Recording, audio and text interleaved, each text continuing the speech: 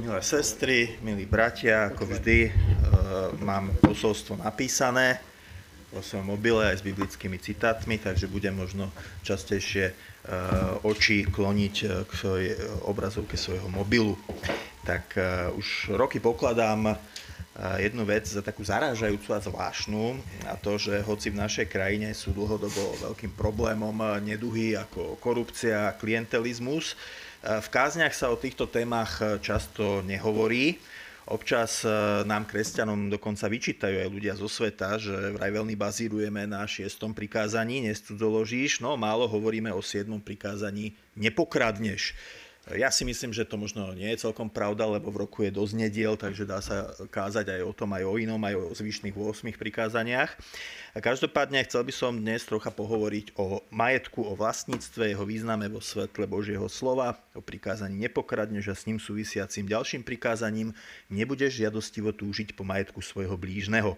Aktualizačným momentom je samozrejme to, čo ste možno zachytili z médií, že teda obchodníci začínajú si všímať, že sa v obchodoch viac kradne, čo zrejme súvisí s tým, že pred pár týždňami nadobudla účinnosť novela trestného práva, ktorá kombináciou znížením trestných sadzieb, skrátením premlčacích dôb a znížením súm, odkedy sa teda odcudzenie pokladá za trestný čin, že vlastne k tomuto došlo. A teda hovorí sa, že to posmelilo zlodejov a viac sa kradne a možno budú aj veci drahšie, lebo obchodníci budú musieť viac prostriedkov vynakladať na SBS-károv, na kamerové systémy alebo nejaké na zaistenie toho tovaru nejakými šnúrkami, aby to nebolo také ľahké to odcudziť. Nebudem zneužívať toto miesto a prítomnosť pamiatky Pánovej, aby som špekuloval o politických pohnutkách, ktoré našich vládnúcich viedli k prijatiu takejto novely. To máte na to vlastný rozum, aby ste to občiansky vyhodnotili sami, ale chcel by som len spomenúť niekoľko biblických súvislostí vlastníctva a prečo je nekradnúť vo väčšine prípadov nielen nesprávne, ale tiež nerozumné, aj keď to svetský zákon ponovom možno až tak prísne netrestá, alebo netrestá dokonca vôbec. Ide o bohatú tému, preto sa nechcem tváriť, že jedna kázeň ju dokáže vyčerpať. Ešte keď som išiel sem, tak mi schádzali na rôzne ďalšie biblické citáty, ktoré som si teda nespísal. No ale v Biblii je veľa múdrosti a nadčasovej múdrosti, ktorá častokrát aj prekvapí. Ak si vezmete napríklad prvú knihu Mojžišovu, kapitolu 13, verše 1 až 11, môžem prečítať. Odišiel teda Abrám z Egypta so svojou ženou i so všetkým, čo mal do Negevu. Bol s ním aj Lót. Abrám bol veľmi bohatý, mal stáda, striebro a zlato. Potom Abrám pokračoval v ceste z miesta na miesto od Negevu až k Bételu, až na miesto medzi Bételom a Ajom, kde mal predtým svoj stan, kde predtým postavil oltár a vzýval meno Hospodina. Aj Lót, ktorý žil s Abrámom, mal ovce, dobytok a stany. Krajina však nestačila na to, aby mohli bývať spolu. Majetku mali toľko, že už nemohli zostať pri sebe. Medzi pastiermi Abrámových stád a pastiermi Lótových stád vznikol spor. V tom čase bývali v krajine Kanánčania a Perizejci, preto Abrám povedal Lótovi: Nech nie je rozbroj medzi nami, medzi mojimi pastiermi a tvojimi pastiermi, veď sme bratia. Či nie je pred tebou celá krajina? Preto ťa prosím, oddel sa odo mňa.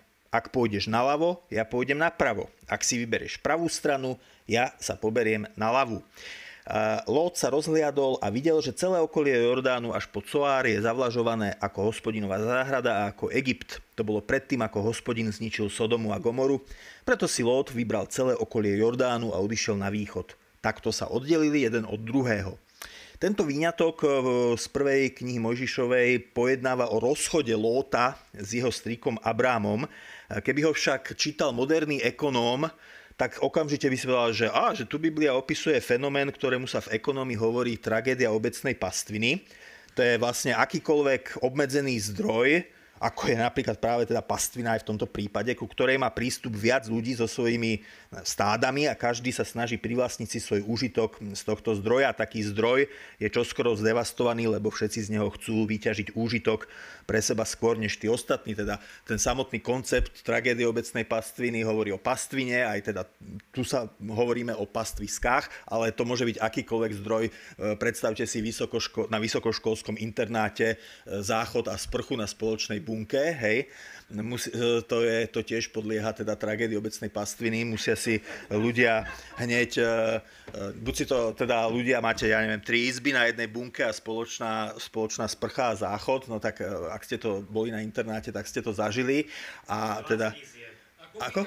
Aj kuchynka, že? Takže musí sa to nejak riešiť tým, že si to potom buď nejak podelia, keď teda podelia si tú službu, hej, alebo teda nejak inak, alebo teda veľmi rýchlo to potom degeneruje a spravidla, aj keď teda si to podelia na internátoch, to vyzerajú tieto priestory vždy horšie než v našich domácnostiach a potom aj na takej celospoločenskej úrovni, sami si to pamätáme spred roka 1989, kedy všetko patrilo akože všetkým a tým pádom nikomu a tak to aj vyzeralo. Hľadáme teda nejaké pravidlo, ktoré by regulovalo prístup k vzácnemu statku.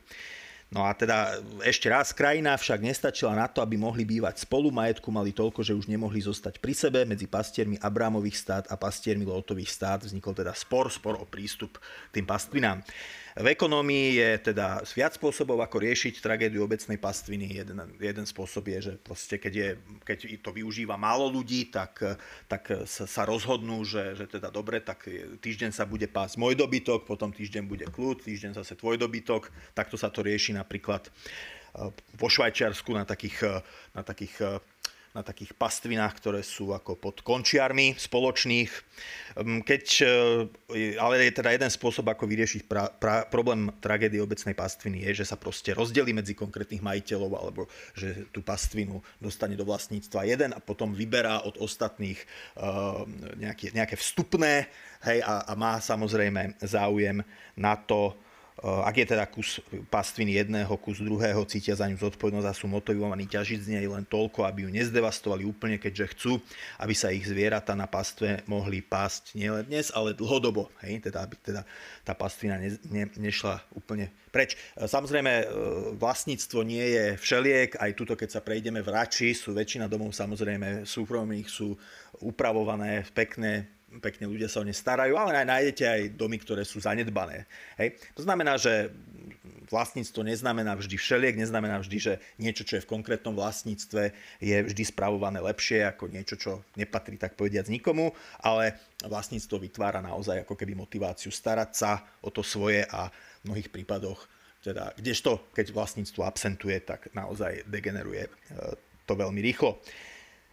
Abrám a Lót riešia spory svojich pastierov, teda podobne rozdeľujú si krajinu, zase slovami knihy Genesis, preto ťa prosím, oddel sa odo mňa, ak pôjdeš naľavo, ja pôjdem napravo, ak si vyberieš pravú stranu, ja sa poberiem naľavu. Samozrejme, príbeh o rozchode Abráma a Lóta sa v rámci biblickej histórie odohral ešte dlho predtým, ako prišiel na scénu Mojžiš, dokonca skôr, než teda Boh zničil Sodomu a Gomoru, alebo dokonca než Abrám dostal svoje meno Abraham. Mojžiš, vieme, že dal Izraelitom 10 božích prikázaní, no a kto by samozrejme nepoznal 7. prikázanie, nepokradneš. No v 5. knihe Mojžišovej, kde sa desatoro nachádza, nájdeme aj ďalšie pravidlá chrániace vlastníctvo, napríklad v 19. kapitole je verš 14. Neposuň medzu svojho blížneho, ktorou predkovia určili tvoje dedičné vlastníctvo, čo dostaneš v krajine, ktorú ti dáva Hospodin, tvoj Boh, aby si ju obsadil. V 27. kapitole, verš 17 sa dokonca píše: prekliaty, kto posunie medzu svojho blížneho, všetok ľud nech povie amen.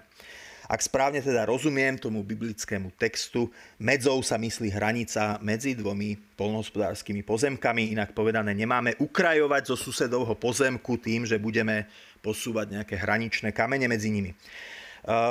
Vlastníctvo historicky pomáhalo formovať poľnohospodárstvo a poľnohospodárstvo zase formovalo civilizáciu. Keď vlastním nejaký pozemok a niečo si na ňom vysadím, môj vlastnícky titul znamená, že mi patrí aj to, čo sa tam urodí a ja tie plody môžem neskôr zameniť za niečo iné, napríklad za topánky, ktoré vyrába sused alebo šatstvo.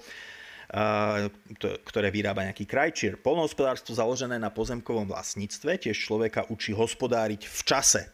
Musím si všímať ročné obdobie, lebo je čas sejby aj čas žatvy. Keď zožnem obilie, nemôžem všetko skonzumovať alebo predať, lebo niečo potrebujem zasadiť aj na budúce. Inak povedané, investujem do budúcnosti a to, čo máme ako finančnú ekonomiku, je len nadstavbou toho, kedy s peniazmi robíme niečo, čo ľudia odjak živú, ľudia odchovaní poľnohospodárstvom a poľnohospodárskymi cyklami a ročnými obdobiami robili s obilím, so zrnom. Hej. Priamo nás Božie slovo nabáda, aby sme si v usilovnosti potom brali príklad z mravca v starostlivosti o vlastníctvo, príslovia kapitola 6, verše 6 až 11. Lenivec, zájdi k mravenisku, pozoruj cestičky mravca z múdrej, hoci nemá vodcu, predstaveného ani vládcu. V lete si pripravuje potravu, cez žatvu si zhromažďuje pokrm. Lenivec, dokedy budeš vyspávať, kedy vstaneš zo spánku. Ešte si pospať, zdriemnúť trochu, ešte si zložiť ruky a odpočívať, no chudoba príde k tebe ako tulák a núdza z ťa ozbrojený muž. Z vlastníctva tak vyrastá celý náš komplexný ekonomický život, ako to vyjadril rakúsky ekonóm Ludwig von Mises, citujem: ak nás historická skúsenosť môže niečo naučiť, tak to, že súkromné vlastníctvo je neoddeliteľne spojené s civilizáciou. Koniec citátu. Ten citát by sa však dal aj obrátiť. Ak zákon oslabuje rešpekt k vlastníctvu a posmeluje napríklad zlodejov, nedochádza tým náhodou k erózii predpokladov pre civilizovaný život? Samozrejme, že jeden z tých ďalších citátov, ktoré som si priamo do toho nezaradil, keď som to včera písal, ale zišli mi na tu je príbeh o Nábotovej vinici, kde Biblia nám predstavuje pomerne revolučný koncept na svoju dobu, že teda naše vlastníctvo si zaslúži ochranu nielen pred nejakým chamtivým susedom, ale dokonca aj, že že Bohu sa nepáči, keď král sa zmocní protiprávne niečieho vlastníctva. Vieme, že to viedlo, že kráľovi Achabovi, ak sa neviem, sa páčila Nábotová vinica a potom Jezábel ako keby zosnovala vraždu vlastníka a Achab sa jej potom mohol zmocniť.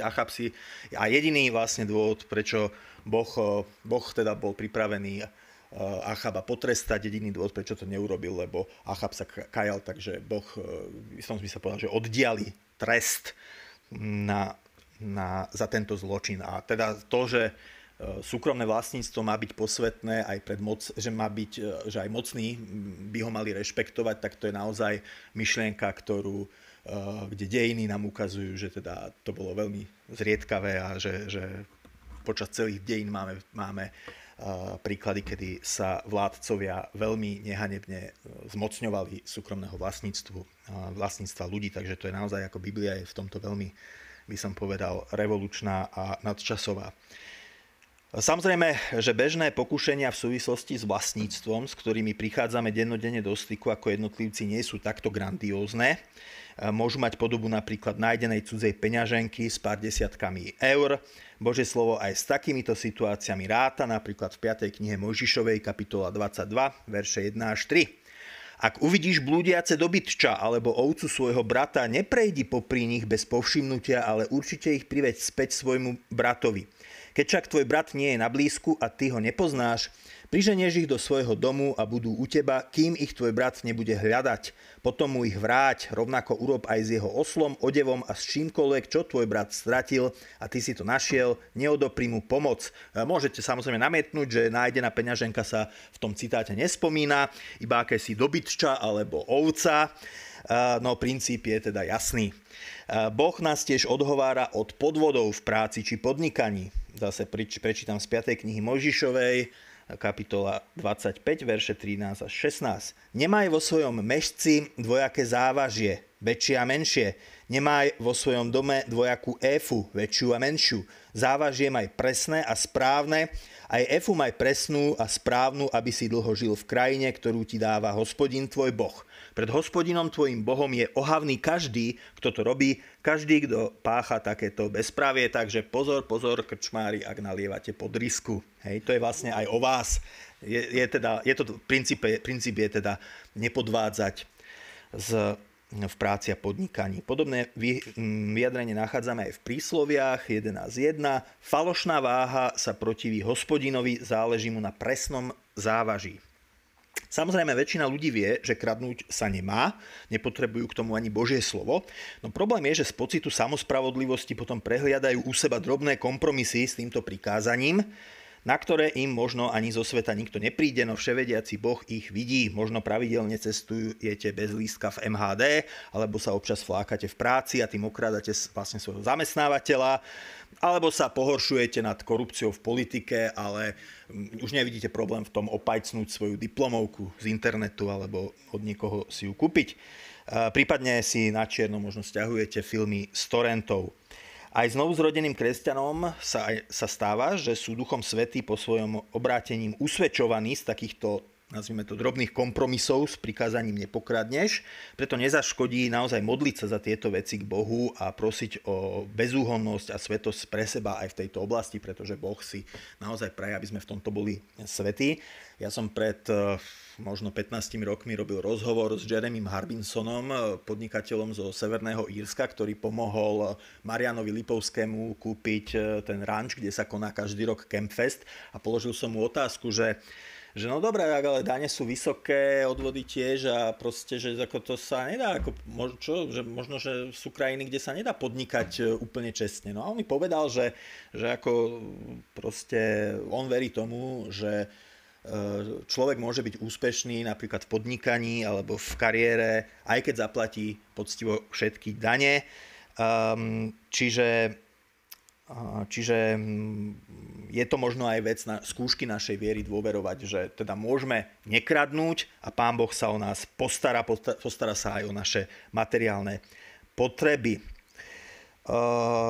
Čiže ako odkazuje apoštol Pavol v liste Efezanom znovuzrodeným kresťanom, je to vlastne, sú to slova, ktoré sú učené už kresťanom, nie nutne neveriacim. Zlodej nech už nekradne, ale radšej nech pracuje a vlastnými rukami zarába, aby sa mohlo o čo rozdeliť s núdznym. Týmto citátom zároveň otvárame úplne novú tému, teda najmä s tými posledným, že aby sa mal o čo rozdeliť s núdznymi.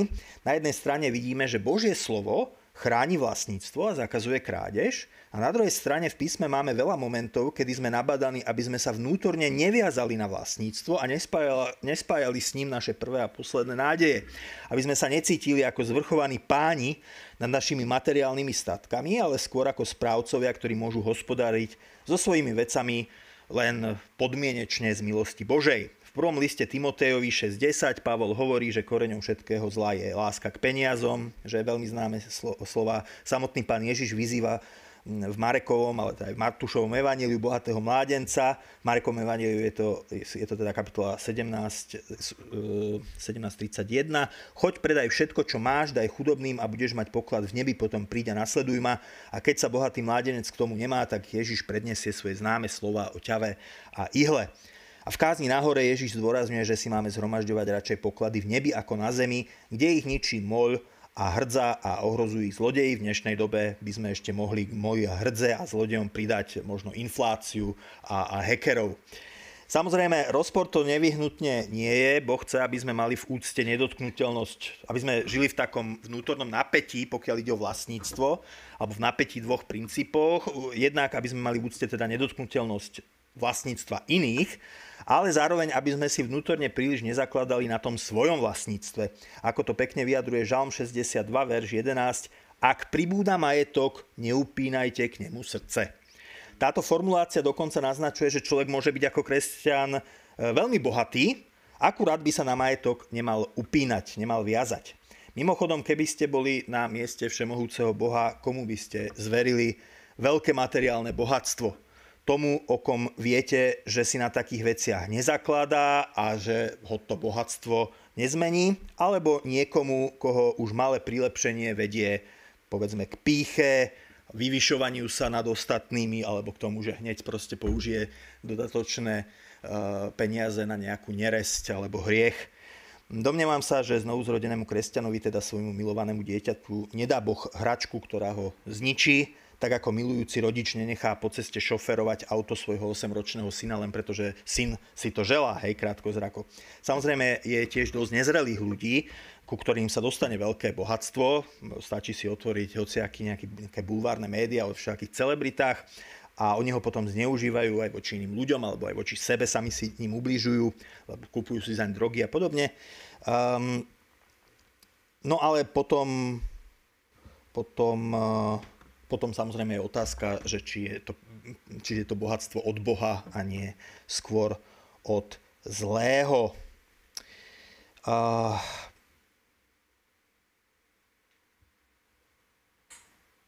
No, teraz mi to preskočilo.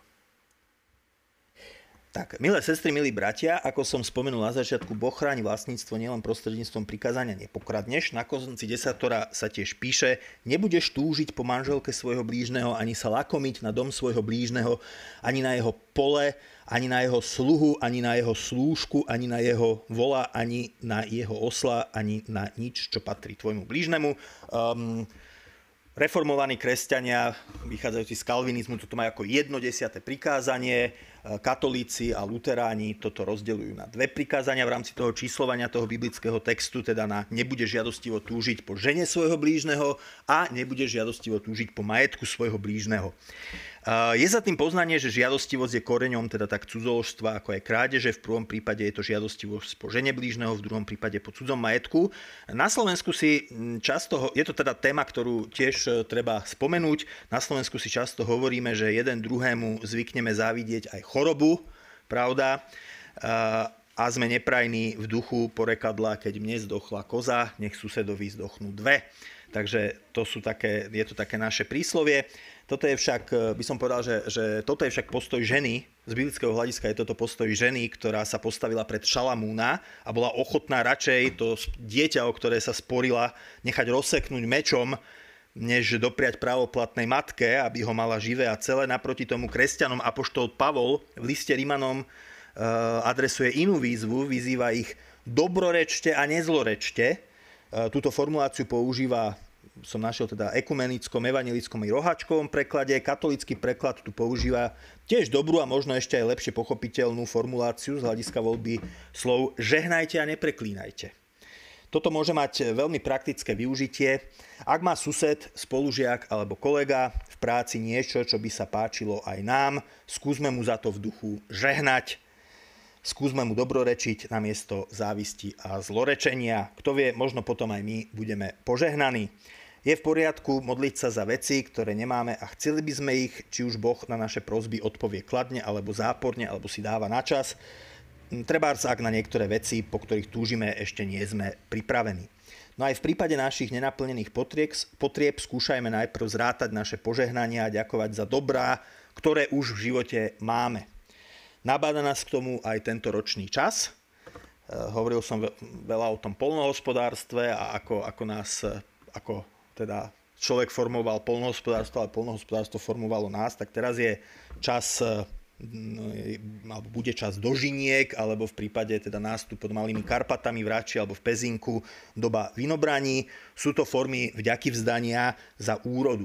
Upriamujme teda našu pozornosť v tento čas na veci, ktoré sú v našich životoch v poriadku. Nekradnime a nepestujme si pri srdci nečisté túžby po tom, čo nemôžeme mať. Nepreklínajme, ale žehnajme druhým, aj keď majú niečo, o čom máme pocit, že nám chýba, a až následne predkladajme Bohu naše túžby. Na záver by som teda sa sám možno predniesol nejakú modlitbu. Tak v mene Otca, Syna i Ducha Svätého. Milostivý Bože, pomáhaj nám.